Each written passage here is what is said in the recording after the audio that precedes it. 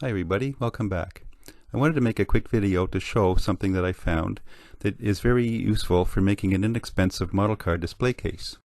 Now I'm in Canada and I used to find these at Loblaws, but I haven't been able to find them there lately, so I've been going to the independent grocery store and found them there.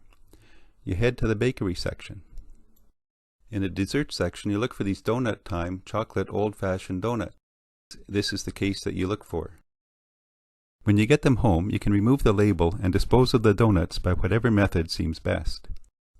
After washing out the case, I use Goo Gone to remove any residual glue, and then wash it again. For the next step, you'll need a piece of corrugated cardboard cut from a cardboard box. Here's a video to show what I do with it.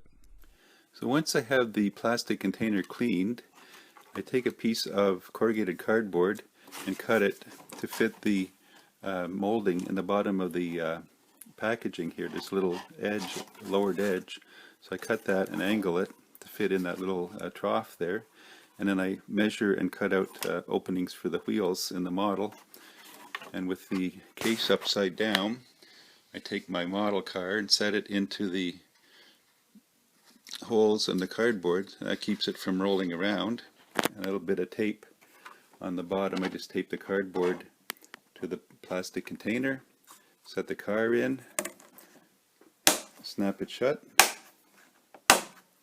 and I have my model car case ready to go on the shelf on display. Hope this helps.